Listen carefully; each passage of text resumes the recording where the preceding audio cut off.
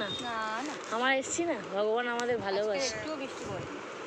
আর এই আমাকে ফোন করে বলছে কি বলতো, আমার বর এক্ষুনি বলেছে ঠান্ডার গোড়ার দিন দিয়েছে ঠান্ডা। আমরা বেরিয়েছি, ও বজ্র বিদ্যুৎ ভয় পেয়ে গেছে, ও যাবে না, হবে না। আকাশে বিদ্যুৎ চমকাবে না, আমাদের দেখে ভয় পেয়ে গেছে।